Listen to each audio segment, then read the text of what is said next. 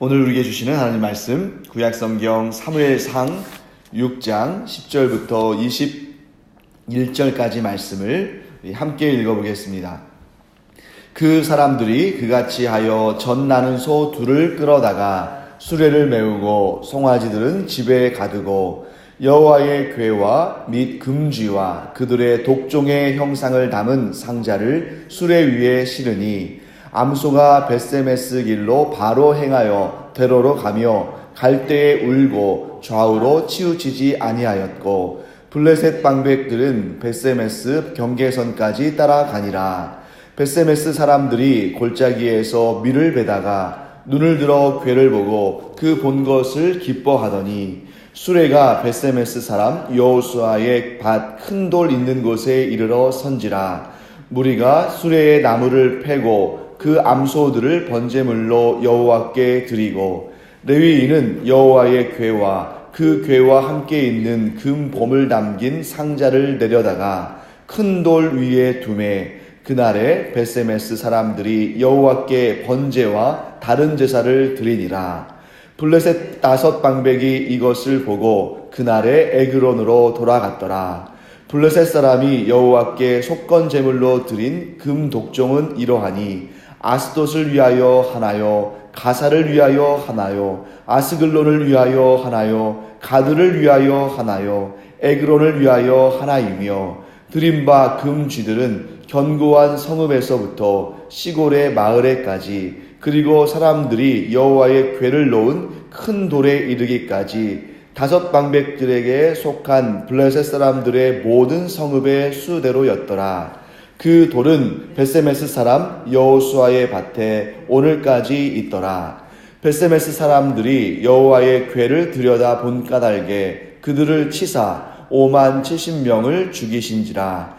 여호와께서 백성을 쳐서 크게 살육하셨으므로 백성이 슬피 울었더라. 벳세메스 사람들이 이르되 이 거룩하신 하나님 여호와 앞에 누가 능히 서리요? 그를 우리에게서 누구에게로 올라가시게 할까 하고 전령들을 기럇 여아림 주민에게 보내어 이르되 블레셋 사람들이 여호와의 궤를 도로 가져왔으니 너희는 내려와서 그것을 너희에게로 옮겨가라. 아멘. 자, 유명한 우리 벳세메스로 가는 암소 2마리 또 여호와의 언약궤의 이야기를 우리가 오늘 본문을 통해서 보게 됩니다. 자, 여기에서 벳세메스로 가는 그 수레에 여호와의 궤를 싣고 그 다음에 암소 2마리가 젖나는 암소 2마리가 그 수레를 끌고 갑니다. 그리고 여호와의 궤 옆에는 금쥐와 금 독종의 형상을 실은 수레가 이제 그 상자가 그 위에 이제 실려 있습니다. 자, 여기에서 이제 왜 하필이면 젖나는 암소 2마리, 그러니까 멍에를 메어 본 적이 없는 그리고 젖나는 즉 송아지를 키우고 있는 암소 2마리를 또 이렇게 사용하셨을까? 하나님께서 왜 그 어린 송아지를 보살펴야 되는 암소를 택하게 하셨을까? 자, 여기에서 우리가 크게 2가지로 한번 생각해 볼 수 있습니다. 첫째, 젖나는 암소가 멍에를 메어 본 적이 없다고 말씀드렸죠. 이것은 뭘 의미하냐면 희생의 의미를 가지고 있습니다. 자, 언약궤를 실은 수레를 끄는 암소들, 그 암소들의 상황을 한번 우리가 생각해 보죠. 자, 일단 멍에를 끌어본 적이 없습니다. 즉 일을 해본 적이 없다는 거죠. 그러니까 이 암소들은 일을 위해서 키워지는 그러한 소들이 아니고 이제 송아지를 낳아서 그 송아지를 통해서 이 종족 번식을 통해서 제사를 증식하는 이런 용도라는 거죠. 그러니까 이 암소, 송아지를 낳는 그런 암소를 들였다는 것은 그 이후에 발생할 경제적인 유익들을 포기하는 것을 의미합니다. 그만큼 이렇게 희생과 헌신으로 드리는 것이죠. 자, 또 한 가지, 그 소들의 상황을 통해서 우리가 또 이런 내용도 볼 수 있습니다. 자, 짐승의 입장에서는 젖먹이 새끼를 떼어놓는 것보다 더 큰 희생이 없는 것이죠. 그러니까 이 소의 주인들의 입장에서는 이 2마리의 암소가 앞으로도 얼마나 많은 소를 낳겠습니까? 그걸 포기하는 것이고, 그걸 희생하는 것이고, 암소들의 입장에서도 젖먹이 새끼를 떼어놓는 그 짐승에게 가장 고통스러운 희생이 주어진다는 것입니다. 뭘 의미하냐면 블레셋 사람들이 범한 범죄는 그냥 그들이 회개한다고 되어지는 것이 아니라 그만큼 중대한 범죄였기 때문에 이런 희생을 통해서 그 죄들이 죄값을 치르는 그런 단계를 거치게 하나님께서 하셨다는 것을 보게 됩니다. 그래서 여러분, 우리가 기본적으로 뭘 알아야 되냐면 하나님께 드려지는 모든 제사는 희생을 전제로 합니다. 그러니까 나에게 너무 많아가지고 흔해서 마치 내가 옷장을 정리하면서 옷이 너무 많으니까 예전에 입었다가 요즘에 입지 않는 그런 옷을 그냥 내어주는 그런 정도가 아니라 여호와 하나님께 희생 제사를 드린다는 것은 그만큼 나에게 소중하고 귀하고 나에게 큰 유익이 되는 것을 드림으로 내가 그만큼 하나님께 헌신한다는 것을 그런 마음을 물질을 통해서 표현하는 것이 또 이 제사의 의미 가운데 담겨 있습니다. 또한 어떤 경우에 그 희생이 더 커져야 되냐면 우리가 지은 죄가 클수록 더 큰 희생의 제물을 드리고 또 하나님 입장에서는 우리가 그만큼 소중하기 때문에 큰 희생의 제사를 요구하시는 것이기도 합니다. 만약에 우리가 하나님께 그렇게 소중한 존재가 아니라면 그런 희생 제사를 요구하지 않으셨을 거예요. 그러니까 어떤 분들은 하나님께서 그냥 사랑으로 덮어주시면 되고 그냥 용서하시면 되고 하지 뭔 이렇게 제사를 요구하시고 또 어떤 경우에는 또 예물을 요구하시고 헌금을 요구하시고 하나님께서 가난하신 것도 아닌데 이걸 왜 이런 것들을 요구하시나 이렇게 할 수도 있습니다만 그것은 하나님께서 돈에 눈이 머시거나 또 하나님께서 이런 것들을 즐기시거나 우리를 또 괴롭게 하시거나 그런 이유가 아니라 그만큼 우리를 소중히 여기시고 또 그만큼 그렇기 때문에 그 죄가 가중하고 엄중하고 무서운 것이기 때문에 그런 희생의 제사를 통해서 대속하시고 죄를 씻으시고 우리를 받으신다는 것이죠. 이런 의미가 있습니다. 그래서 그 모든 희생 중에 가장 큰 희생이 뭐였어요? 사실은 사람 편에서의 희생이 아닙니다. 가장 큰 희생은 그리스도의 희생이고 그리스도의 헌신이며 예수 그리스도가 희생제물이 되신 것이죠. 그러니까 하나님께서는 우리를 위해서 당신의 가장 사랑하시는 독생자 아들 예수 그리스도를 내어주셨는데 우리 인간 편에서는 뭐라도 조금 드리는 것도 그렇게 아까워하고 그렇게 아쉬워하고 하나님을 원망하고 이것은 정말 하나님의 그 뜻을 알지 못한다는 하나님의 사랑의 깊이를 알지 못한다는 가장 큰 증거 중에 하나입니다. 하나님께서 우리에게 그 독생자 아들 예수 그리스도의 영원한 생명을 내어주셨기 때문에 우리도 우리의 가장 소중하고 우리의 가장 복된 것을 하나님께 아낌없이 드리는 여러분과 제가 되기를 간절히 축원합니다. 자, 그다음에 두 번째 이유는 뭐냐면 왜 전나는 암소 2마리를 통해서 여호와의 궤를 벳세메스로 옮겨가게 했냐면 이 두 번째 이유는 정말 이 재앙이 하나님께서 내리셨는지 아니면 우연인지를 확인하기 위한 것입니다. 자, 여러분 잘 생각해 보세요. 어떤 일이 우연히 발생한 것인지 아니면 하나님께서 직접적으로 역사하신 것인지를 깨달아 알려면 확률이 50대 50이어서는 안 됩니다.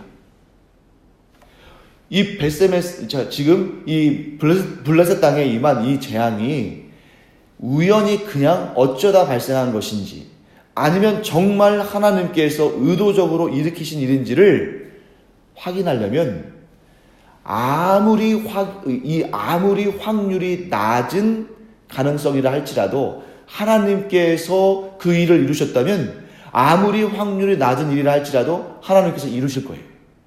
이 재앙이 하나님께로부터 왔다면.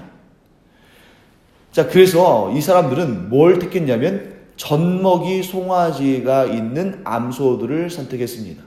자, 첫 번째 이유는 하나님께 거룩한 희생을 드린다는 의미에서 참 어떻게 보면 좋은 의도고 거룩한 의도입니다만 두 번째 이유는 그와 좀 반대가 되는 것입니다. 정말 힘들게 정말 확률이 적게 준비한 거예요. 그런데 그럼에도 불구하고 이 젖소들이 벳세메스를 향해서 똑바로 가면 하나님이 이 일을 이루시겠다는 가장 정확한 증거가 되는 거죠. 자, 왜냐하면 젖먹이 송아지가 있는 이 암소들, 또 멍에를 메어본 적이 없는 암소들. 자, 멍에를 메어본 적이 있다면 자기가 이 일을 해야 한다는 걸 알 거예요. 멍에를 메어본 적이 있기 때문에 수레에 멍에를 메우면 이제 이 수레를 끌고 가야 되는구나 하는 걸 알았을 텐데, 이 암소들은 새끼를 낳는 목적으로 기르는 가축이었기 때문에 멍에를 메어본 적이 없으니까 이게 어색하고 뭘 해야 할지도 몰랐을 겁니다. 자, 그 다음에 젖먹이 송아지가 있다는 것은 뭘 의미하냐면, 이때야말로, 이 시기야말로 이 암소들의 모성애가 가장 극대가 된 때입니다. 그러니까 지금 이 모성애가 발휘되는 이 암소들은 자기 송아지들에게 젖을 물려야 되고, 그 송아지들을 막 이렇게 아끼고 보살피는 때예요. 그래서 대부분의 그 집에서 이제 개를 키우다 보면 대부분의 강아지들이 그 주인에게 충성을 하죠. 잘 따르고. 그런데 딱 한 번, 어느 때 주인을 향해서도 으르렁거립니까? 자기 새끼를 낳았을 때는 신경이 예민해져요. 그래서 자기에게 밥을 먹이고 이런 주인들이야 좀 그냥 잘 따르겠지만, 뭐 예를 들어서 그 집에 애들이랄지 또 그 집에 뭐 손님들이 왔다든지 그러면 이제 막 그 자기 새끼를 어떻게 할까 봐서 짖고 물고 이렇게 하는 거죠. 이런 것처럼 이 암소들도 지금 젖을 먹이고 있기 때문에 모성애가 충만해서 어떻게 해서든지 간에 자기의 새끼들이 있는 집으로 돌아가려는 그런 본능으로 가득 차 있을 겁니다. 그렇기 때문에 이 암소들이 자기를 몰아서 끌고 가는 사람이 없다면, 근데 지금 이 수레를 몰고 가는 사람이 없죠. 그냥 암소 2마리가 이 수레를 끌고 그냥 가는 것입니다. 사람이 몰지 않아요. 그러면 자연적으로 이 암소들은 어디로 가려고 하겠습니까? 자기의 새끼들이 있는, 그 송아지가 있는 집으로 돌아가려는 그러한 본능을 발휘하겠죠. 그런데 여기를 보시면 암소들이 울기만 할 뿐. 그러니까 이 암소들이 자기가 그 젖먹이 새끼들을 떼고 왔다는 것을 이 아무리 짐승이지만 본능적으로 아는 것입니다. 그러니까 울기는 하는데, 그런데 그 발걸음은 벳세메스를 향해서 좌로나 우로나 치우치지 아니하고 똑바로 가고 있다는 거죠. 그러면 이 모습을 보면서 블레셋 사람들은, 블레셋 방백들은 어떤 생각을 했을까요? 그렇구나. 우리 블레셋 땅에 임한 이 놀랍고도 두려운 재앙이 누구로부터? 여호와 하나님으로부터 임한 것이구나 하는 것을 알았다는 것입니다.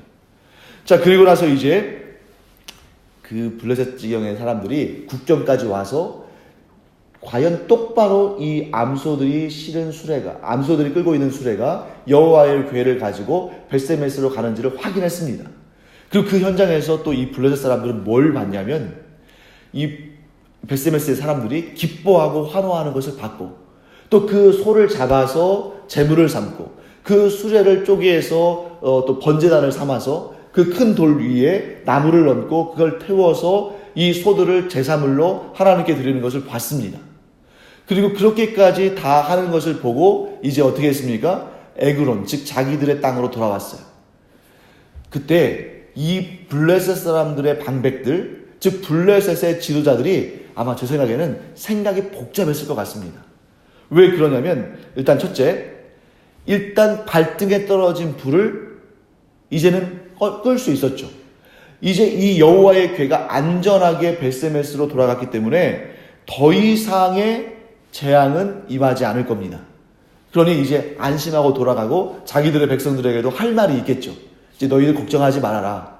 이제 여호와의, 이스라엘의 신 여호와의 언약궤를, 그 궤를 안전하게 이스라엘 땅으로 보냈으니까 우리에게 지금까지 우리를 괴롭혔던 그 재앙은 이제 우리에게서 떠났다 하고 안심했을 겁니다.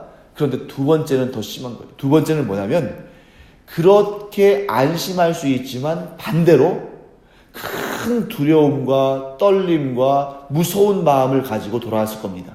왜냐하면 이렇게 강한 신을 우리가 어떻게 앞으로 대적할 수 있을까? 이렇게 그 궤 하나만으로도 군대를 일으켜서 들어온 것도 아니고, 그저 그 궤 하나, 신상이 새겨진 것도 아닌, 어떻게 보면 겉으로 보면 그냥 상자 하나처럼 보이는데, 그 상자 하나만으로도 이 블레셋의 5 도시 국가들을 다 차례차례 쓰러뜨릴 정도고, 그들이 섬기는 최고의 신인 다곤 신을 무너뜨릴 정도고, 그를 엎드리게 할 정도라면 우리가 과연 이 큰 신을 어떻게 당할 수 있을까? 이런 두려운 마음으로 돌아갔을 것입니다. 자, 그 다음에 이제 우리 베세메스 사람들에 대해서 한번 볼 텐데요. 이 베세메스 사람들은 어떤 사람들이 되어버렸냐면 큰 잔치를 벌이다가 큰 초상을 치르는 너무 안타까운 일을 경험하게 됩니다. 극과 극의 역사를 경험하는 것이죠. 자, 이 베세메스 사람들은 어떻게 했습니까? 이 여호와의 언약궤가 여호수아의 밭, 이 구약 성경에 이 여호수아가 이제 동명이인인 거예요. 여호수아의 밭에 있던 큰 돌 근처에 오니까 멈춰섰습니다. 그곳에 하나님께서 예비하신 목적지가 있었습니다. 그 큰 돌 위에 언약궤와 속건제가 담긴 상자를 뒀는데 이 돌이 제단의 역할을 한 거죠. 그러니까 이 돌을, 큰 돌을 제단으로 삼아서 거기에서 수레의 나무를 패고 암소들을 잡아서 번제를 드렸습니다. 그리고 또 뭐라고 되어 있냐면 다른 짐승들을 잡아서 다른 제사들을 드렸다고 되어 있습니다. 자, 여기서 다른 제사들은 뭘까요?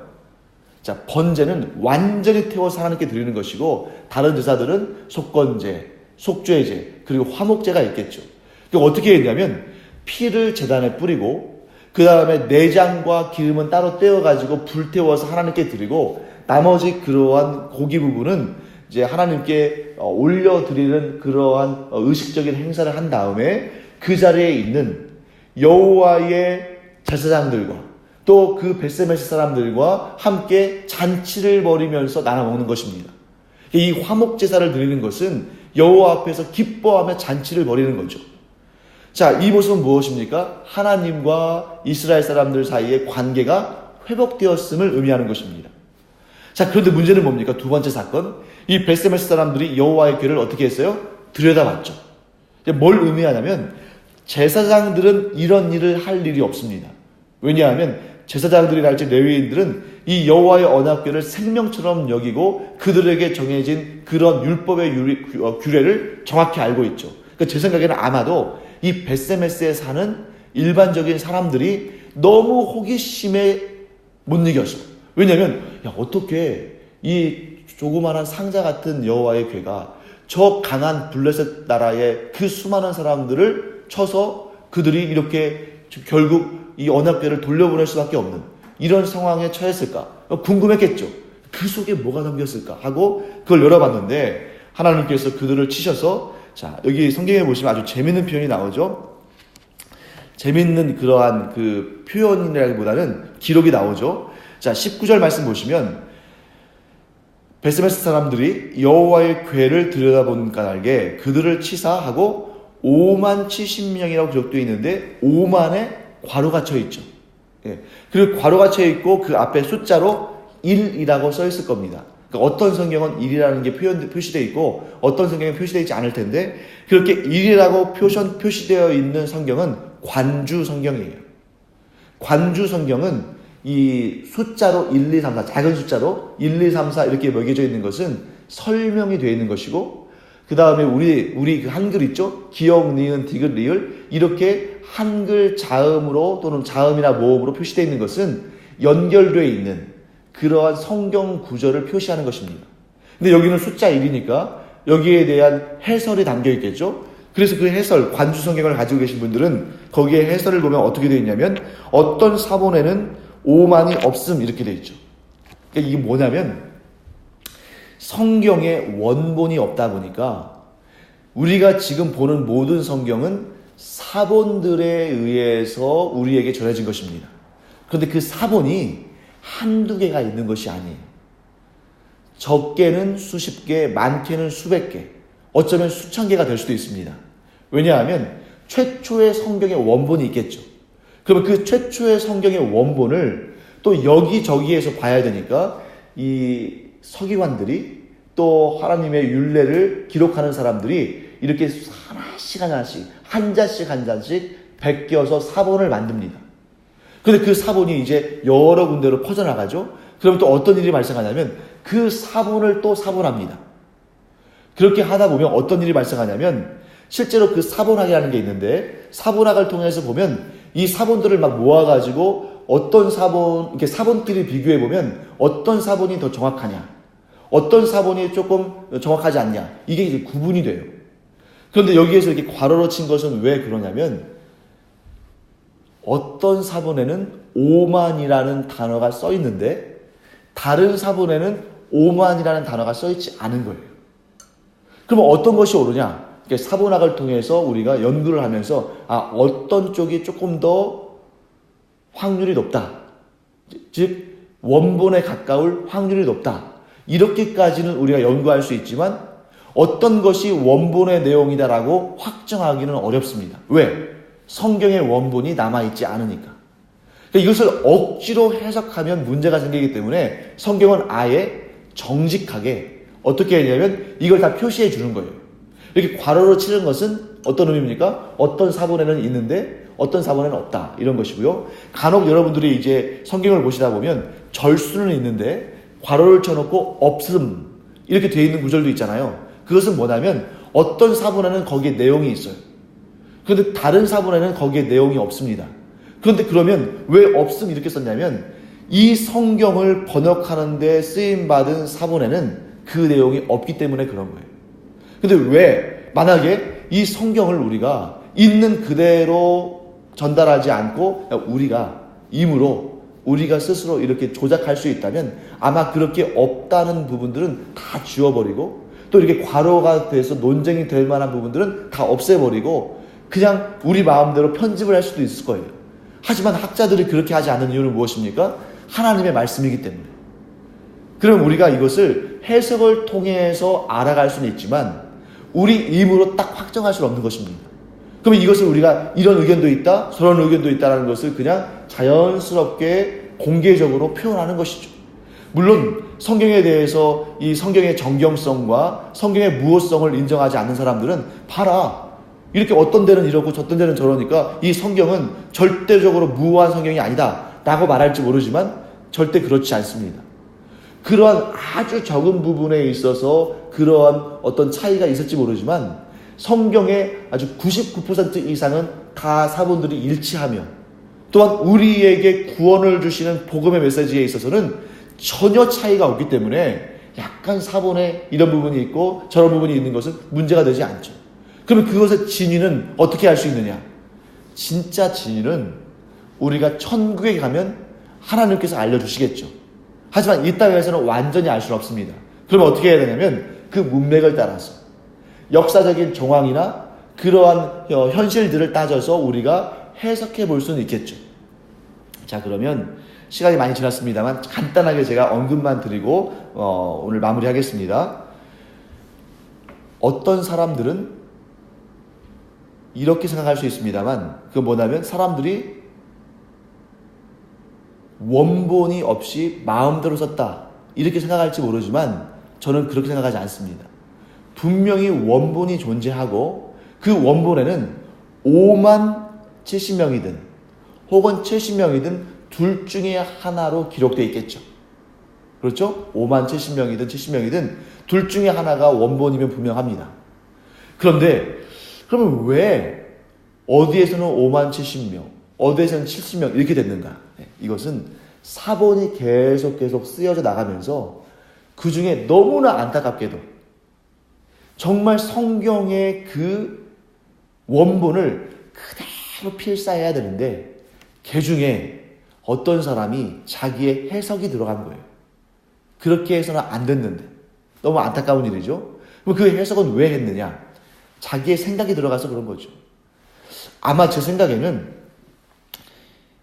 70명이라고 기록한 그렇게 자기의 어떤 생각을 해석을 담은 사람은 아마 이래서 그랬을 것 같습니다.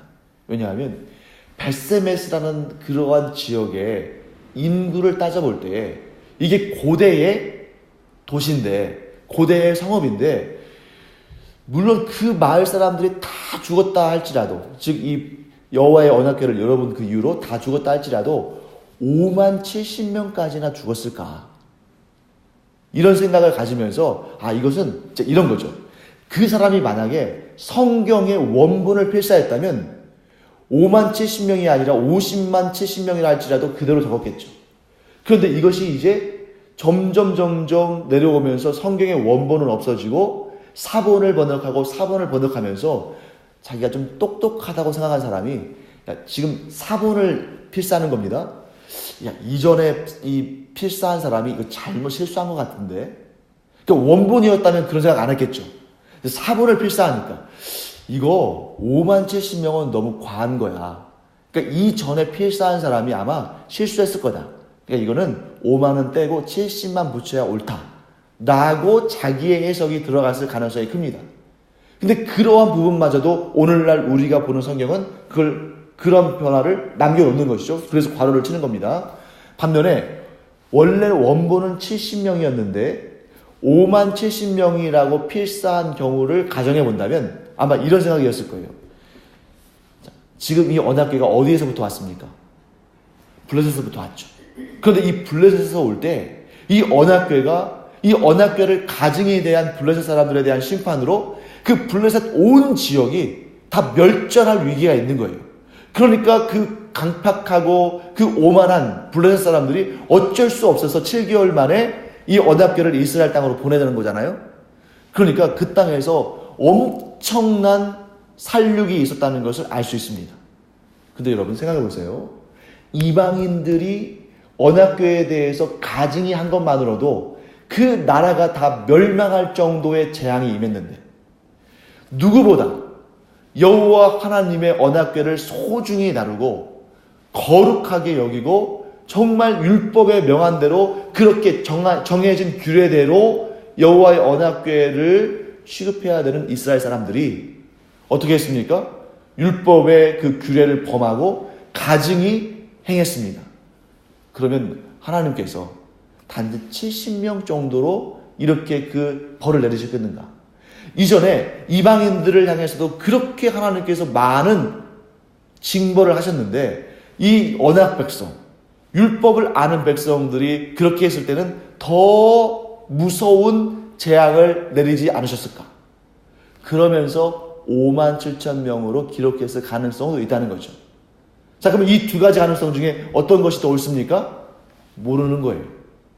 모르는 거지만 분명히 사본을 사본했던, 성경의 원본이 아니라 사본을 사본했던 어떤 필사자가 자기의 해석이 들어가는 바람에 이렇게 지금 괄호를 치는 그런 상황이 나타났다라고 우리는 보게 되는 것이고, 그런 어떤 필사자의 그러한 자기 해석이 성경의 권위나 성경의 무호성을 훼손하는데 전혀 지장을 주지 못했다는 것이죠.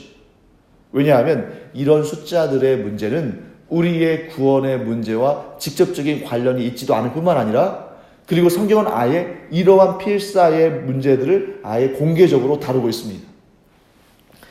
그래서 이러한 문제들이 과연 성경에 얼마나 큰 영향을 미치는가, 이제 우리가 이런 부분들에 있어서 사본학으로 연구를 해보면 사실 이런 부분들은 그렇게 중요한 부분들이 아닐 뿐만 아니라 오히려 그런 문제들을 우리가 공개적으로 다름으로 말미암아 이런 문제들이 또 가지게 될 그런 어떠한 그런 오류나 또는 위험성이나 이런 것들을 우리가 철저하게 이렇게 짚어보는 것이죠.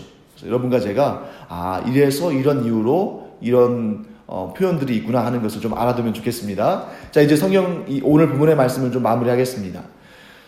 자, 여러분, 우리가 가까운 사람들일수록 오히려 더 예의를 갖추고, 또 우리가 친밀한 사람들일수록 그 관계를 깨뜨리지 않기 위해서 더 힘써야 됩니다. 왜냐하면 한 번 보고 안 볼 사람이라면 물론 그에게도 우리가 친절히 대하고 그와의 또 좋은 그런 인상을 갖도록 노력해야 합니다만, 그러나 그 사람과의 관계는 오래 지속되지 않아요. 하지만 우리가 평생도록 함께하고, 아니 영원토록 함께할 존재라면 더욱 예의를 갖추고 더욱 그 관계를 깨뜨리지 않고 좋게 하기 위해서 힘써야 됩니다.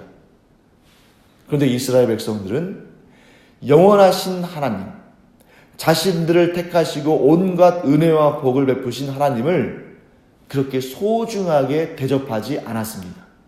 결국 그들은 하나님의 큰 벌을 받았죠. 여기에서 우리는 어떤 단어를 기억해야 되냐면 경외라는 단어를 기억해야 됩니다. 우리는 하나님을 사랑하되 그냥 가볍게 혹은 격식을 갖추지 않고 이렇게 사랑할 것이 아니라, 우리가 하나님을 사랑할 때는 어떻게 해요? 경외함으로. 이 경외에는 어떤 뜻이 담겨 있습니까? 정말 친밀하게 사랑하지만 그러나 두려움이 겸하여 있는. 왜냐하면 우리는 사람이고 하나님은 하나님이시며 하나님은 거룩하시지만 우리는 죄가 있기 때문에 하나님을 그냥 사람들처럼 대하면 되지 않는 것이죠. 우리가 하나님을 사랑할 때에는 우리가 경외함으로 두려움이 겸한. 왜 두려움이 겸해야 됩니까?